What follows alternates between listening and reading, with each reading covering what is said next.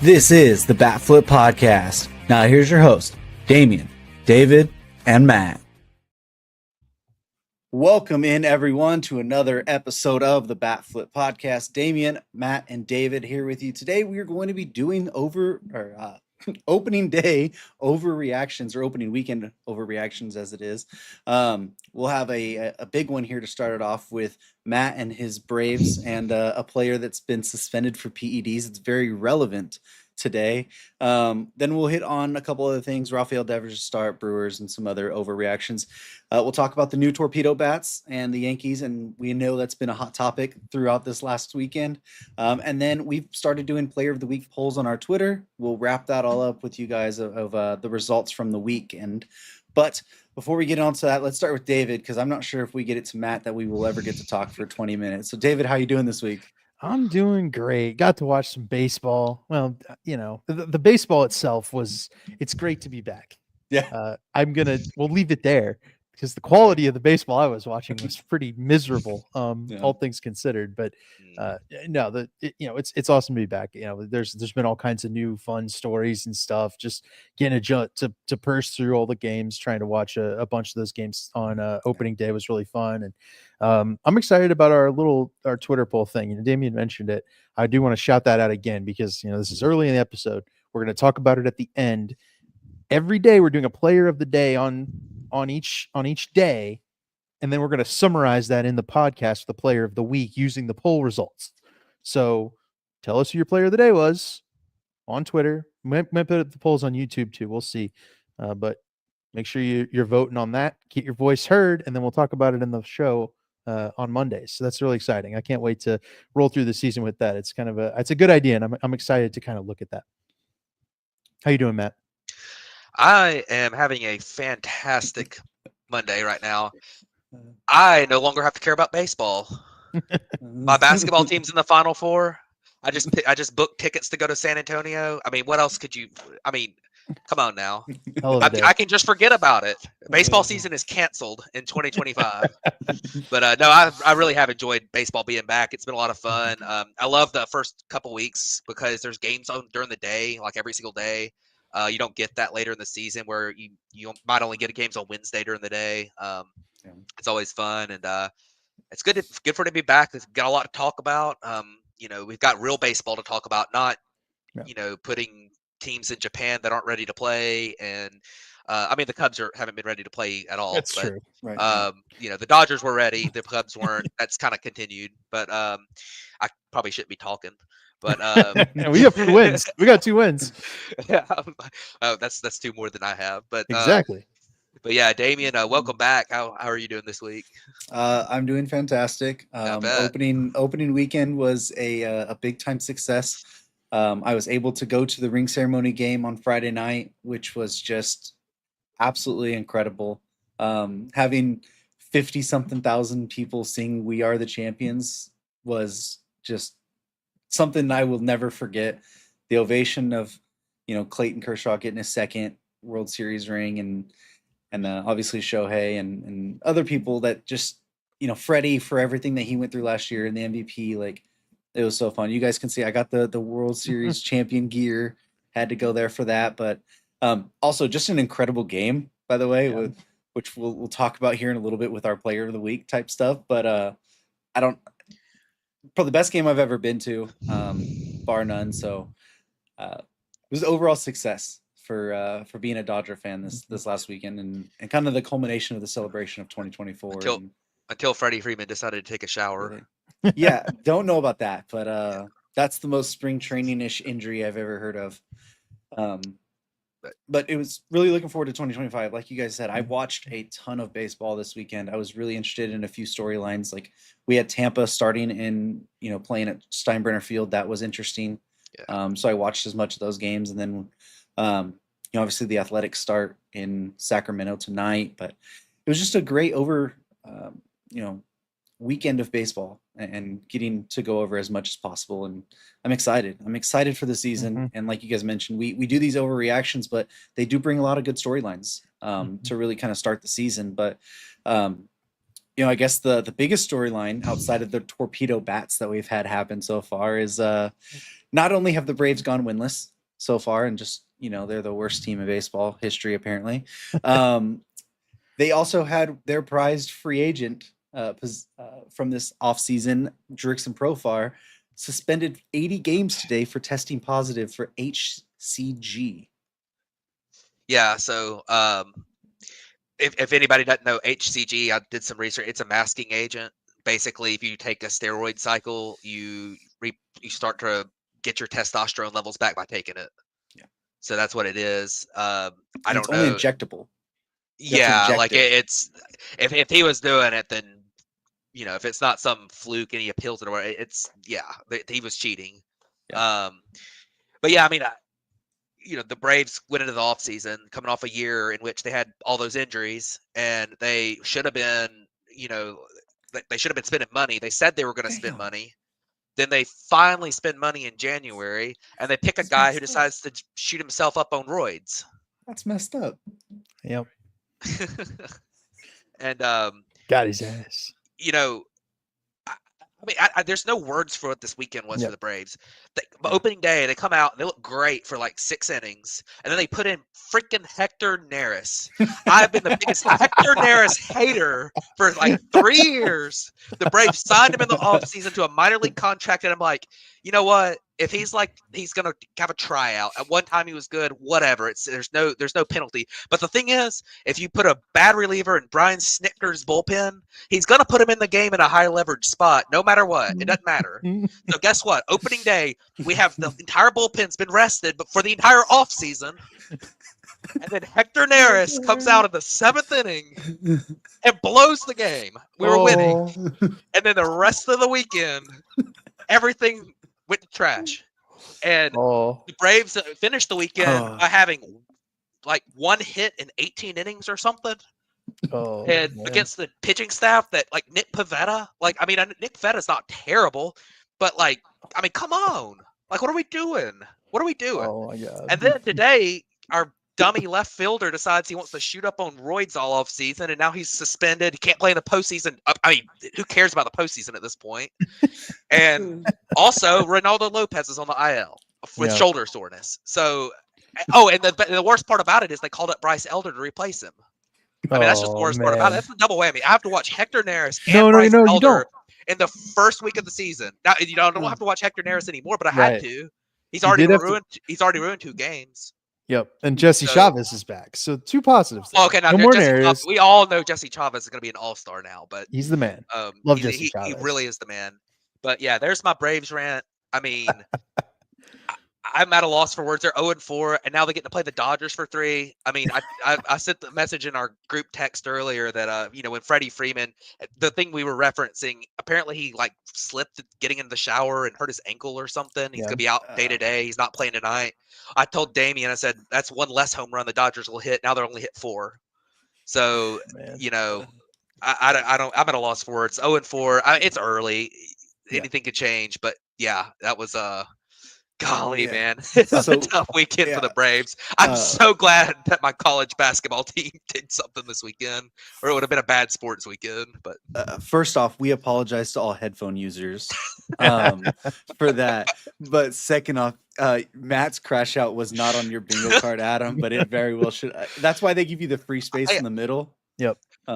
You should just count that as Matt's crash out. I love it. I was not expecting a Braves crash out on opening weekend. That's what we're not even to April. Like, if this would have been tomorrow and this was like April Fool's, I would have believed it a little bit more. But we're March 31st and we already had the Braves crash out. That is an opening day overreaction, baby. I love it. Let's get some more. Yep, this is the elite content you come to this show for, or Braves crash outs.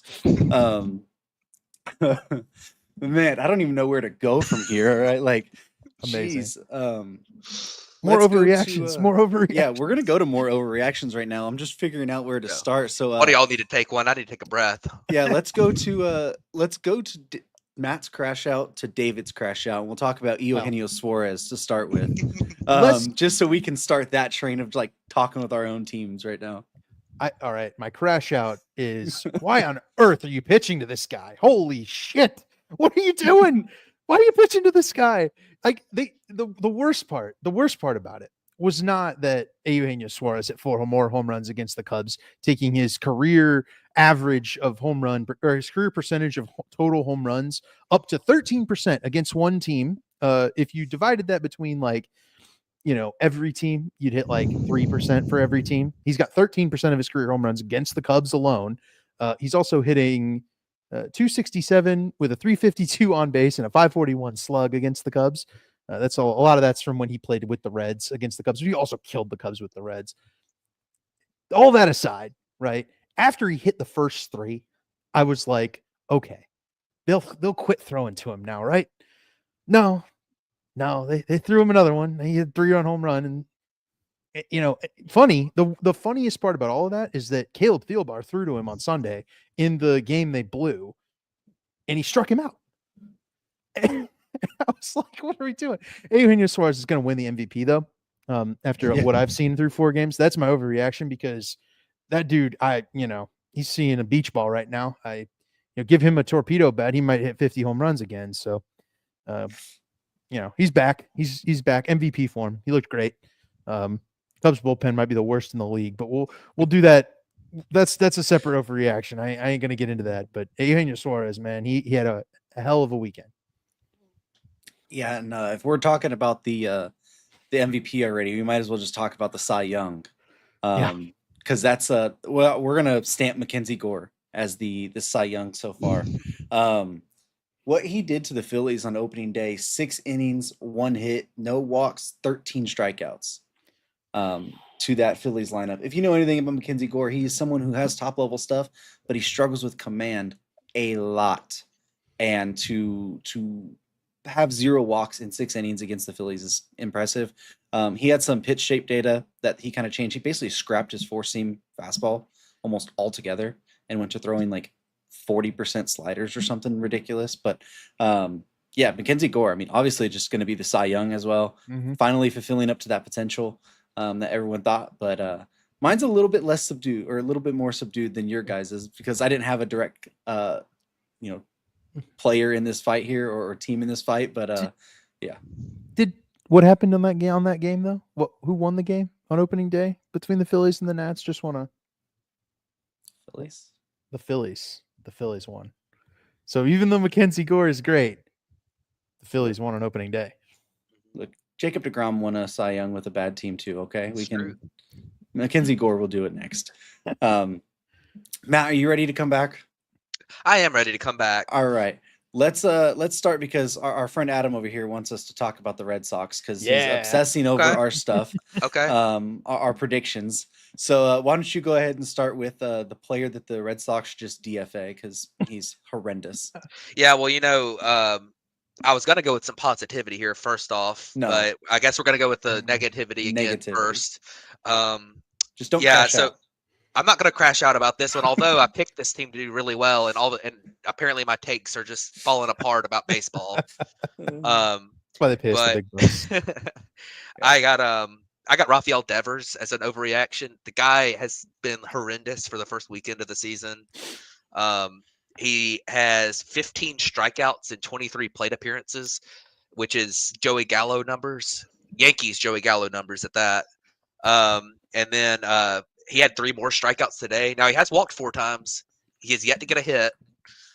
A negative 39 WRC plus, and this is from a guy who all offseason was talking about, oh, you better not move me off at third base. You better trade me instead. And then he comes out and starts like this. Yeah, Rafael Devers, man, like, come on.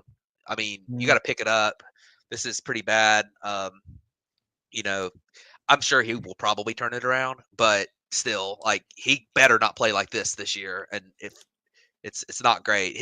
And one thing is strikeout rate jumped 5% last year. He had a 5% higher strikeout rate last year than he'd ever had before.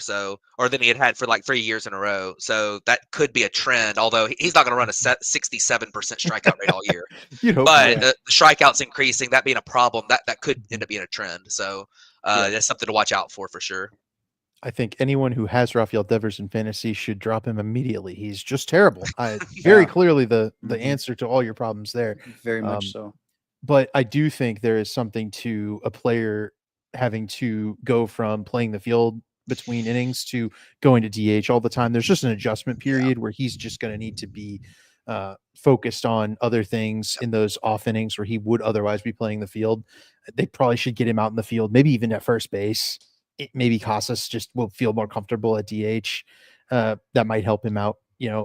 Baseball is such a mental game that he's just in his head right now, right? The strikeouts are definitely weighing on him a little bit. And obviously, I'm sure the comments and stuff, everything is a little bit in his head. He'll get back together. This guy's a really good baseball player, but it's way more fun to sit here and say he's washed. He's good. Right. He's terrible. He's like 28 years old. Like he's going to be fine. Right. It's all good. Give him a torpedo bat. He'll be okay. I saw someone say that the reason Rafael Devers stopped hitting is because Garrett Cole's no longer pitching this year. And it's just like the most hilarious thing. But one thing I did find a little interesting, and I want to just give a little context to some stuff, is I sent this in our group chat earlier. This year, Baseball Savant has started tracking like your stance from the plate and stuff, and like how open and closed your stance is and stuff. In 2023, in the summer, Rafael Devers was 51 degrees open in his stance. So far this year through 3 games, he's 77% open. Wow. Very and open. he was 68 to 70% last summer as well. So his stance has extremely opened up with that front leg a lot more. And I wonder if that's something to do with his struggles a little bit, and just takes a little bit of timing, and you're all off. And if you're 20 degrees more than you were 2 years ago, it's gonna cause some problems. I don't often get to say something about my own baseball career on this show, and I try not to because, didn't have much of a baseball career. I played in high school. I had a major problem with keeping my leg too far open, and when I would keep my leg open, I wouldn't step forward enough, and I'd end up pulling off, and my head would go flying back, and I couldn't hit the ball. And then when I closed up my stance and I narrowed my leg kick down, and I was able to actually I hit the ball better. Maybe some slight stance adjustment could help Rafi Devers right here. Yeah, one of my good buddies I was talking to him today. He's a big Red Sox fan. He was saying the same thing. He played as well, and it's definitely something he said. He mentioned the part about his head's like flying sideways when he swings. And gotta keep your eye on the ball, man. Yep. So let's go ahead and stay with the negativity here and just have David follow it up with the Brewers real quick. Oh, this is positivity. Absolutely absolute positivity for me as a Cubs fan. Exactly. I think the Brewers might actually be bad, and my overreaction is going to be the Brewers are bad. They gave up 11 runs to the Royals today. Now, I was kind of giving them the benefit of the doubt, and I think Matt mentioned this. It's like, well, the Yankees are really good, and I think the Royals are going to be a good team, but I also was not thinking the Royals offense was going to carry the team. This is not an offense that I was expecting it to be an 11-run type of offense. The Yankees, we've talked about all their stuff, but the Yankees blew out the Brewers in every game. And then the Royals blew out the Brewers today. Like Nestor Cortez gave up 3 homers on 3 pitches. He was supposed to be their second best pitcher. Has Brandon Woodruff pitched yet? I don't think he has. And he's coming off major injuries. I just think the Brewers might have finally run out of the mojo to get great pitching out of anybody. I think it might have finally happened. I'm hoping it did. That's why it's positivity. That's why it's an overreaction, because I also know as soon as they get the Cubs, the Brewers are going to start throwing, one-hit shutouts. But it feels like this team might be a little bit worse than it was last year. And, that opens things up in the NL Central for sure. Obviously, the Cubs have had their struggles. The Cardinals are 3-0. It's not going the way we thought at all. Yeah. Through a week. I do want to add, we got some pretty mean comments on our Brewers video where we criticized them a little bit. We did. So, you know what? We're going to take a victory lap. I don't even care. I mean, it's been 3 games. We're taking a victory lap. We were right. Y'all were wrong. Sorry. Well, I love it. I guess we should probably talk about the Marlins then, and how we were very wrong on that. Because the Marlins have won 3 games so far this year, and 3 games on walk-offs. It's the first time since the 2003 Devil Rays that we've had a team start with 3 consecutive walk-off victories. You said the 2003 Devil Rays? Yep. Yeah, I think their records are going to end up pretty similar. Yeah, I was going to say, I don't think the Devil Rays are very good. All I'm saying is that was the first time that's happened since then. All right, so I want to say that. But It is the Pirates. I guess we do need to put some context on that. It is the Pirates. David Bednar is cooked. I guess we should probably make that the. Anybody who has him in That should fantasy probably should be be worried. Yeah. Wonder who that is. But Not great. the Marlins, they do have some interesting players this year. I mean, Otto Lopez has looked really good so far. He homered today. Yeah, obviously. Well, yeah, I know. I have David Peterson in fantasy. We know they have Sandy. They got Sandy back. That's going to be massive. They're going to get Yuri Perez back at some point. But it is kind of encouraging just to see that the level that they've been able to play. You know, they have new manager as well, Clayton McCullough, over there, who came over from the Dodgers. They were his first base coach, and he seemed to bring some new philosophies over there. They basically fired everybody in the coaching staff, on field and off field, basically, and just revamped that over there. So I wouldn't be surprised if the Marlins have a little bit of a sneaky season that maybe we weren't expecting, because I think we all picked them to finish last in the division by a pretty good margin. So they're going to make us look stupid on that part. So maybe all the angry comments just go to our Marlins video and say how dumb we were for saying they're going to be bad. Yeah, please, if you have an angry comment, drop it down below. Please go ahead. Yeah. Let us know how angry you are. I would love to hear it. Yeah, Right? I do want to point out that the Marlins are losing 10-2 right now. So It's fine. They'll be It's okay. fine. Everybody Three gets 10 runs every 3 now and 2. If they continue at that pace all year, Be a they're playoff on team. something. Yeah, This was the game Sandy didn't start, so we knew they were going to lose. it's true. Very true. All right, so Matt, let's go back to yours. Let's start I had a train of positivity. Let's continue that with the Houston Astros. Yeah, I love it. So I know, well, a lot of people are going to think this is negativity, but because I'm saying the Astros might be better than we thought. David and I did our season preview of the Astros the other day, and we kind of came to the same conclusion that the Astros were cooked. And a large reason was because we did not believe in the pitching staff. We thought the holes in the offense from their offseason losses probably would be enough to where the offense couldn't just carry them this year, and the pitching staff was going to be not as good. Well, they come into the weekend against the team that is supposed to be really, really good in the in the Mets, a good offense. They've scored 10 runs tonight. That's the team that's I mentioned playing the Marlins. And the Astros only gave up 6 runs all weekend. And, they went 2-1 on the weekend. They lost the one game like 3-2 or 3-1 or something. But I thought it was pretty impressive. There's 3 starters: Spencer Arrighetti, Framber Valdez, and Hunter Brown all went at least 6 innings. And Hunter Brown gave up the most earned runs out of the 3 with 2 earned runs. So they all pitched quality starts, went deep into the games, got them to the back end of their bullpen.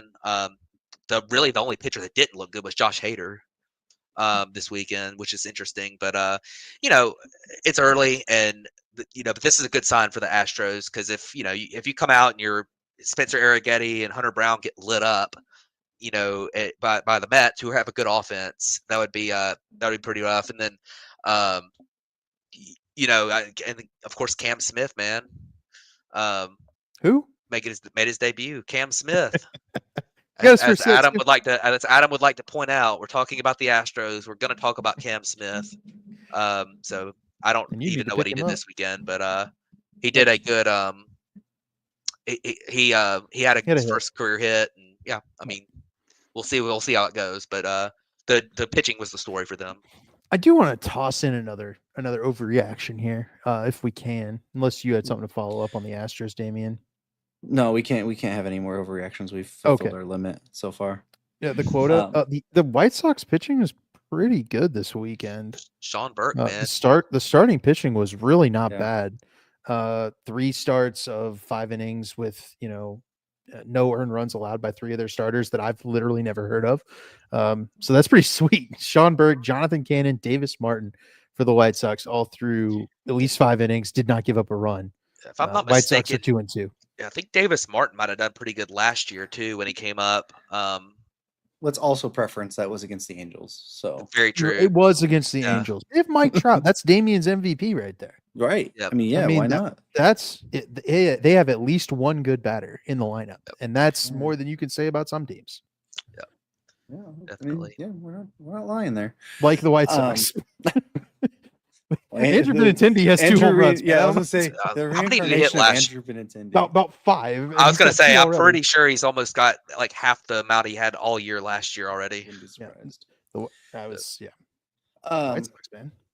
All right, so I guess we can kind of go into Oh, an overreaction, another overreaction, which is really just talking about the New York Yankees and the way that they decided to also cheat and just create new bats that you can hit the ball with that are apparently just like the big plastic bats you used to get as a kid with little wiffle ball set. It's basically like that. It's Um, if you don't know what I'm talking about, it's a new bat style developed by a professor at MIT, or an MIT graduate, I should say. And they're called torpedo bats. And basically, what it is it's moving a little bit of the wood from the top of the bat, where you don't usually use it, down into the barrel a little bit more to maximize the size of the barrel there. So when you hit the ball, you have better surface area and it can help the ball launch off the bat a little bit more. If you don't know what we're talking about, we will post a picture on Twitter, so you guys can go see it from there. I have that kind of saved. can we put it on the screen for the video? Let me see if I have it saved on my computer or not. I don't remember if I do. It's on the Um, thumbnail yeah. of this so video. I So must have it. So you guys go ahead and talk. I'll try and find it real quick. I think this is awesome. I also think that it's it's going to lead some interesting conversation until we get a bigger sample size. He would not have.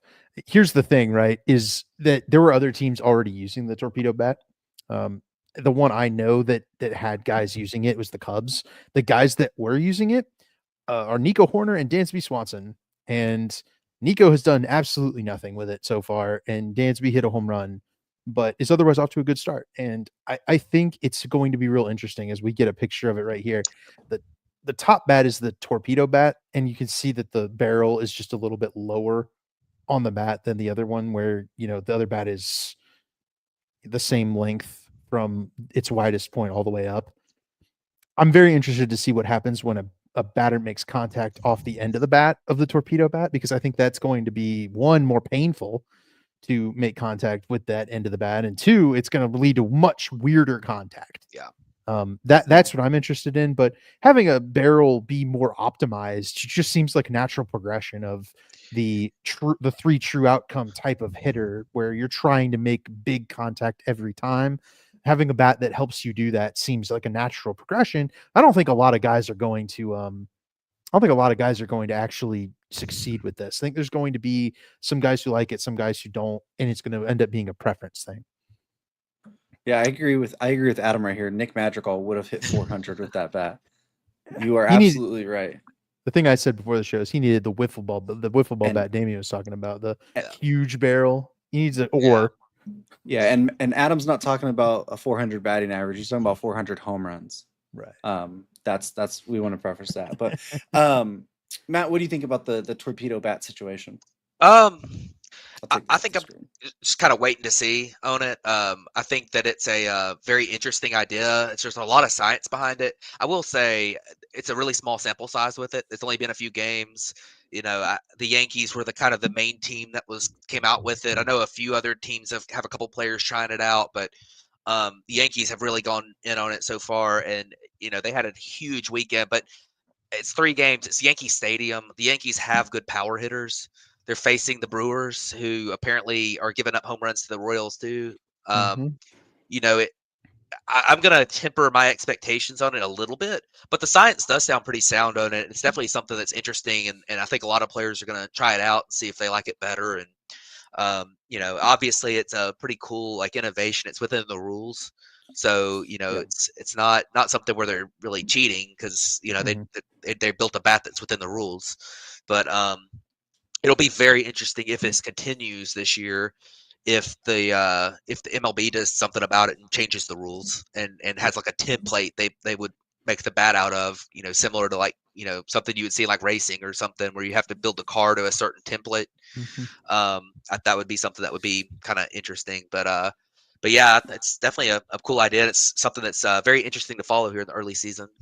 Yeah, I mean, I would assume if we have some sort of like big home run boom Yeah. here this year, there will be probably some more conversation around this. And I think the Yankees were the first real like major team to kind of go towards it, where some people didn't even seem to have a clue about it. Yeah. Um, like Manny Machado said last night on Sunday Night Baseball, like he had no idea about it until that happened this weekend, right? The Dodgers themselves, the hitting coach today was like, we had no idea, but we've ordered them because we want to see what it's like. So it's going to be interesting to see.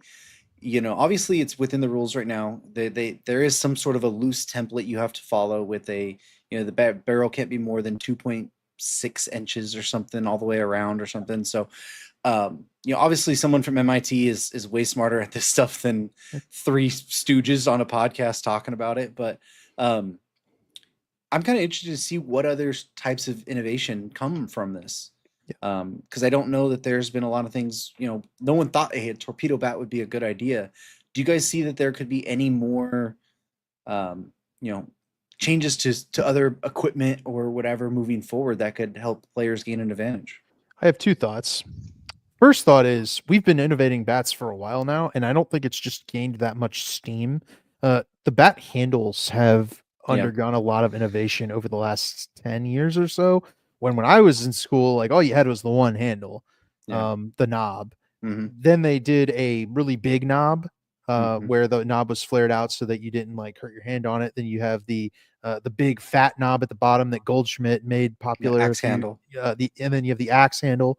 They've been innovating bats for a long time in terms of this type of change. This is the first change where the striking point is the striking point is the innovation, but it also tells me that I think it's a comfort thing. I was telling these guys before, I think it's a comfort thing. I think some players are going to really enjoy using it, where when you lock in, you feel like you're hitting the ball a lot harder with this change. But at the end of the day, you might also, when you mishit it, it's going to be more painful. It's going to be rougher. It's just not going to be as functional, right? Whereas a normal bat, you might mishit it and still hit it very well. So you might be giving up a little bit on the mishit balls to have more successful hard hit balls. And it's not like, Damian mentions like the wiffle ball bat, right? Like it's not that, because the change is very small. You could probably, I'm sure a lot of you saw this picture for the first time and were like, I can't even tell which one is the torpedo bat, because the change is really small, but it slides the wood down a little bit. The other thing I want to note here is that Jazz Chisholm came on Twitter and started and talked about it. And he was getting mad because people were saying, he doesn't want to get jammed. He said, explanation is the barrel is bigger and within MLB regulation. For the idiots that say it's moved to the label, you're an idiot, which is hilarious. Nobody is trying to get jammed. You just move the wood from the parts you don't use to the parts you do. You're welcome. No more stress for y'all. I think that's a great way to put it. Yeah. I just laugh at I don't know if some of the replies in there are hilarious. Yeah. But my favorite one is of Dave Portnoy. He quote tweets it and he's like, "Isn't this you?" And it's like the bat is like this big. It's just hilarious. That's the bat Nick Madrigal needs. Yeah. Right. Yeah, there you go. Matt, do you see any more forms of like innovation to equipment coming? I don't know. I mean, it's hard to, for me, I'm not somebody that designs these bats and stuff.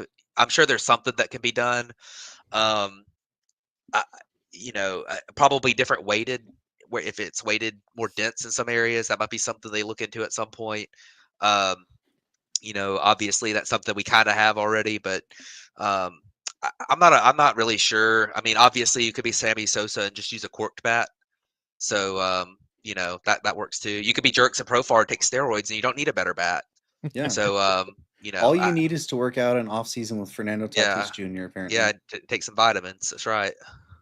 Yeah.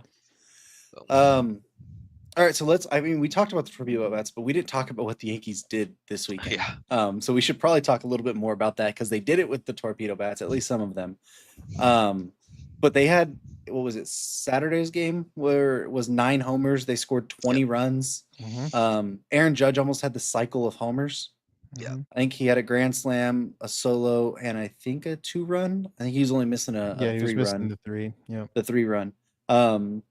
Jazz hit a homer, Bellinger hit a homer, Paul Goldschmidt hit there was the first 3 pitches of the game were homers, all off Nestor Cortez, which means his first last 4 pitches had been homers, from the one from Freddie Freeman too. Of course. But, just have to bring it up. He's wearing the jersey. Of course he does. I do. All right. We might have to change the logo to that. The fact that we haven't changed the logo yet is a miracle. It's because you're outvoted 2-1 for now. I'm standing strong. All right. I'm standing strong right here, but give it 6 months. It might change. But I mean, David, watching that game, seeing, obviously the 3 leadoff homers and then what Judge was doing, like, what were your thoughts really? I was cackling like a madman. Well, it was against the Brewers, I guess. I was like, keep hitting them, keep going. But hatred aside, right? I mean, it was interesting because the Torpedo bats got the usage there, but I think the Judge isn't using them. And then one of the replies to that tweet you mentioned, it was someone saying, "Hey, Jazz, tell everyone that Judge isn't using the Torpedo bat." And Jazz was like, he had 300 home runs and 3 MVPs. He'd never using them. He's not changing anything. He doesn't need to change anything. Like, and at that point, right, if a guy like Aaron Judge knows, like, he's like, I'm not going to change anything. Like, this feels like something that a lot of people are going to try out, and then we're going to forget about it. Because some guys it'll work, some guys it won't. And we'll go back to the regular bats, and a few guys will have regular bats, and a couple of guys will do the Torpedo bat, and it'll kind of fizzle out. But for watching the Yankees, like, that's super fun, right? Because, like, that's a team at a bandbox ballpark. Yeah. Like, Joe Buck was like, pop fly to right field, and it's gone. Yeah. One of the home runs on opening day. And I was gonna say, I think on opening day, like, both of their home runs were like 1 out of 30 ballpark. 1 out of 30. Yeah. Yep. Yeah. I tweeted it after the first one. I was like, pop up to right field, and it's gone. And that's exactly what Joe Buck said. I was like, I knew it. But that's the beauty of the Yankees ballpark, right? And that's why we talked about it in the Yankees preview too. Is we thought Cody Bellinger's going to hit a lot more home runs this year. He's already got one. He struggled a little bit to get to the power last year, but it wasn't for a lack of him hitting the ball. It's for a lack of where Wrigley Field has the well in right field. Like, so unless you're hitting it to like right center, which Bellinger doesn't always do, he's more of a left center and then dead right kind of guy. Yeah. And so the left center alley, it's a little bit harder for a left-handed hitter to get the ball out of the park. And Bellinger's probably more of a pure pull guy at this point. And like, if we learned anything from the Isaac Paredes conversation over the last 2 years, it's like, don't put him in a place that has a huge well. I think Cody Bellinger is going to be kind of the same way, right? At Yankee Stadium, he's just going to hit pull shot home runs the whole year. Jazz might hit 40, dude. Jazz might finally ascend to superstar. It'd be pretty cool if he did. Especially for my fantasy team. Whatever. But Matt, what was your thoughts kind of watching that game on Saturday? I mean, like I said, the Yankees have a lot of good power bats, and they're playing in Yankee Stadium against the pitching staff that didn't look very good all weekend. So, I mean, 9 home runs is crazy. Obviously, I mean, just Aaron Judge. I don't know how many. I'm kind of speechless at how good Aaron Judge is still. Like, I mean, it's crazy. And obviously, Jazz Chisholm's biggest problem in his career has been injuries. I mean, he's a really good player. And one real encouraging thing for them is getting the homer from Paul Goldschmidt. If he performs well this year, that's a big help for the Yankees. I know that, David and I kind of thought the Yankees might be in trouble, especially with their pitching staff having some issues, which didn't really, I mean, the pitching staff didn't look great this weekend. In the game, they scored 20 runs. I think they gave up like 8. So, but, they need a Paul Goldschmidt resurgence. They need a few things to go right offensively to carry them, and that's something that could help them. But yeah, I mean, it was just obviously, the Yankees hitting home runs in Yankee Stadium. They've been doing this for 100 years. I mean, there's a reason that they're called the Bronx Bombers, and they always do this. And we'll see if they're able to keep it going and keep it up, because I don't know that the depth when Aaron Judge has his. Well, Aaron Judge ain't going cold. When Jazz Chisholm has his week where he goes cold, or Paul Goldschmidt has his few weeks where he goes cold, what's the Yankees going to do then? Because 3 solo homers isn't going to win you a lot of games. So, yeah, I think with you saying the Bronx Bombers part there, that either tied or broke their franchise record for most homers in a single game. Yeah, it was 1 off the major league record. The major league record is 10, which is incredible. They also tied the major league record with 15 homers in their first 3 games. It's nuts. It's all crazy what they're doing right now. And I mean, we talked last year when Jazz Chisholm got traded there. Hey, we think he's going to fit Yankee Stadium to a T. He fits New York to a T, really. He's off to a good start. We talked when Bellinger signed there. He's off to a good start. Like, we know what Judge did, right? They're doing this. They don't even have Giancarlo Stanton. I don't think we're not even talking about that. Like, they don't even have Giancarlo Stanton right now, who's another like perennial power bat still. Speaking of Stanton, he used the torpedo bat last year. Nobody knew about it. Oh, He was using it last year. Yeah, that was the thing that got talked about today. No wonder he hit that homer at Dodger Stadium. I was going to say Series. he had a great postseason. So yeah. So it's just going to be something fascinating to watch throughout the rest of the season. It's going to be a storyline that we can track and follow of players using it, players not using it. When teams figure it out, is it going to change the way people pitch? Players that use the torpedo bat, are they going to try to jam inside more? Are they going to try to go on the outside corner to get you to swing and use that smaller part of the barrel now? It's just going to be fascinating to see all these little things that could change throughout the year with it. So let's go ahead and move over to talking about our Player of the Week poll. So we started this year. We on our podcast, we also always did the Player of the Week on the episode, right? We went from there, but I feel like what we wanted to do is we wanted to try to find more ways to be engaging with you guys throughout the week, find a way to bring more content, and if that's through polls, through other videos, whatever. So we decided to start doing a poll, at least on Twitter for now. Could be on YouTube. We couldn't even expand it to our other social medias at some point, but we were going to do each day. We're going to give a player or 4 players of the day. If you don't agree with it, you can always leave a comment on who your player was that day from there. And then at the end of each day, we'll say this is who the winner was. And then at the end of the week, we'll try and tally it all up and see if there's someone who won 2, they're going to be the overall player of the week. So obviously this was a little bit shorter since we only had the weekend, but David, I know you had some stuff pulled up here about the player of the day votes and what the player of the week is going to look like. So yes, what you got? Player of the day for opening day was Mackenzie Gore. The player of the day for the next day was Aaron Judge. Oh no, sorry, Mookie Betts was Friday. Aaron Judge was Saturday. And then Sunday was Nick Pivetta for 1 hit, 7 innings against the Braves. I'm calling it. The vote is not done. You can go vote on our Twitter right now. Nick Pivetta is currently ahead over Jazz Chisholm by a pretty significant margin. Those are really the best 2 options, I think. Yeah. But it would be between Pivetta, Judge, Betts, and Gore for the first player of the week this season. We might even track it, get a player of the year. Maybe we can do like an MVP vote this way. If you win a lot of player of the weeks in our tally, that's something we love to do. So I think my vote personally is probably going to be Aaron Judge, just from the way his start has rolled and the 8 RBI. We didn't even make a poll for him on Saturday because nobody was even really close. That feels like it kind of carries over, but I'll let Damian give us his Mookie Betts argument here. I mean, obviously it should be Mookie Betts. The guy's 154 pounds right now, and he hit 2 homers, including a big walk-off. There actually was a go-ahead homer, then they blew the lead, and then he said, fine, I'll just win the game myself, and hit a 3-run walk-off homer. I'm biased because I was in attendance for that game, but I just think watching what he's been able to do with how sick he was and losing over 25 pounds or whatever, and was down to 150 at one point, which is just crazy. Seeing him in person, he looks so small. But still, I mean, all jokes aside, I do think the player of the week is Aaron Judge.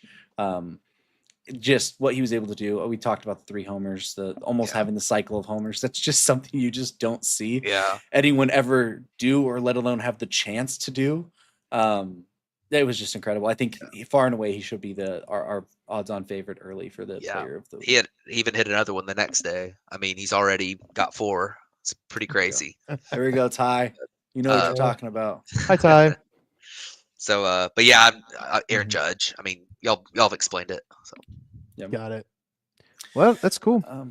So Judge will be our first player of the week. Now, obviously we're gonna get a bunch of days this next week. We're gonna keep doing the polls. Please vote on those polls. Tag us if you have a reason that it's not one of or a reason that it is one of those guys. We might bring it on the show and read it and say, hey, this person said my player of the week is this guy because this reason. Give us a reason. We're happy to engage with you. We're happy to bring your info on the show. It's always a fun time to discuss this type of thing. And I'm hoping to track it. I hope we can kind of pull together like an MVP system out of this with a lot of player of the days and then player of the weeks. I think that may be fun to track. Yeah, we'll have to work on something to try to figure it out. And maybe we even give you like monthly updates on like, hey, month. We can even do player of the month that way. Just a bunch of different ways, but pretty much going to wrap it up here. Anything else that you guys want to hit on or be on the lookout for? I mean, obviously, I think if we're having one storyline for me that I want everyone to look for, it's the games in Sacramento with the Athletics. They're against the Cubs, so David's celebrating there, but I was genuinely surprised and happy with the return I saw from Tampa playing at Steinbrenner Field. So I'm really excited to see what the A's are able to do in Sacramento and how they're embraced. They're also doing a cool thing today where they're all wearing 24 in honor of Ricky Henderson. So that's also a really nice, touching tribute to Ricky. Although I think it's kind of funny that it's in Sacramento that they're doing it, not there. But still, David, you got anything that you want to look out for this week? I'm really excited about these games in Oakland. I can't wait for the Cubs to get wherever they are. This Sacramento, it's going to take some getting used to. But these games in the new stadium, obviously the Cubs are the first team to go there. MLB really put up, really crapped on the Cubs with this first schedule. No off days, and the first game's in Oakland. Like coming off of the Japan or Sacramento, coming off the Japan thing. I'm gonna get there eventually, but I'm thinking the A's, right? But this is a special little moment, and then you have the Ricky Henderson tribute stuff going on tonight. I'm excited about it. I'm keeping an eye on the clock because I want to watch that game. But this is going to be a good set of games, and then we're going to get the aces again this week. Obviously, the opening day starter types. They're all going to go again this week. This should be hitting Tuesday, Wednesday. So I'm on the lookout for that this week as well. We've run through the rotation today, and for a lot of teams, we're getting to that point where players are going to start settling in. Scouting reports are going to come out for the new guys. Adjustments are going to have to be made. The young guys who started off really hot. I do want to call out Matt Shaw hit his first home run this weekend. Christian Campbell hit his first home run this weekend. So a couple of good debuts there. But those guys are going to have to make some adjustments here. The book's about to come out on them after their first couple of performances, and we start getting some data on them. So, you're going to see a lot of adjustments be required. But I'm excited. It's been a fun early season, and we got some exciting games tonight. Yeah, for sure. And just you mentioned the A's. They split a 4-game series with the Mariners this weekend. So, they're off to a good start. And shout out to Tyler Soderstrom, who had a really good weekend too. He had 3 home runs. Imagine benching him for 2 of those. Yeah, well, that's your fault. You got to believe. It was opening day. I was sitting against Logan Gilbert. I felt very justified in that. He killed it. He's prove me wrong. He's a talented young player for the A's, so we'll see if he's able to have a big year. But yeah, we got some good series. I mean, I would have expected the Braves-Dodgers series to be good. That's this week. Probably not going to be good. We're probably going to be looking at 0-7 here in a couple days, but it is what it is. And I'm happy baseball's back. So it's gonna be a fun season. So maybe not for me, but for baseball, it's gonna be a fun season. Yeah, I think real quick before we sign off, as we were talking about players of the week and stuff, Adam has already made our vote for today. Well known, it is Ellie De La Cruz. Yep. Because he used a torpedo bat today, funny enough, and he's 4 for 5 with 2 homers, a double, 7 RBIs, and 4. All right, there might be 4 runs. Yeah. He wasn't Great American Small Park, but still, you might have our player of the week already. Jeez. But it's gonna be something to look for. That is a guy that could benefit from the bat, right? It's a guy that optimizes his contact with a better placed barrel. That makes a lot of sense for an Ellie who kind of probably mishit the ball a little bit. If you're just narrowing it down, making it a little more simple, he might be able to catch it a little better. Some guys it might not work for, but some guys like that, it might be a big change for them. So Alrighty, well, I think that's going to wrap up this episode of the Bat Flip Podcast. So remember to like, comment, subscribe. Let us know everything about your players of the week on YouTube, TikTok, Twitter, X, whatever you want to call it. Just everywhere. Let us know, and we will try to bring more content to you guys here, and maybe bring some of your comments and that onto the shows every week. So thank you guys for tuning in, and we'll catch you guys back here next week.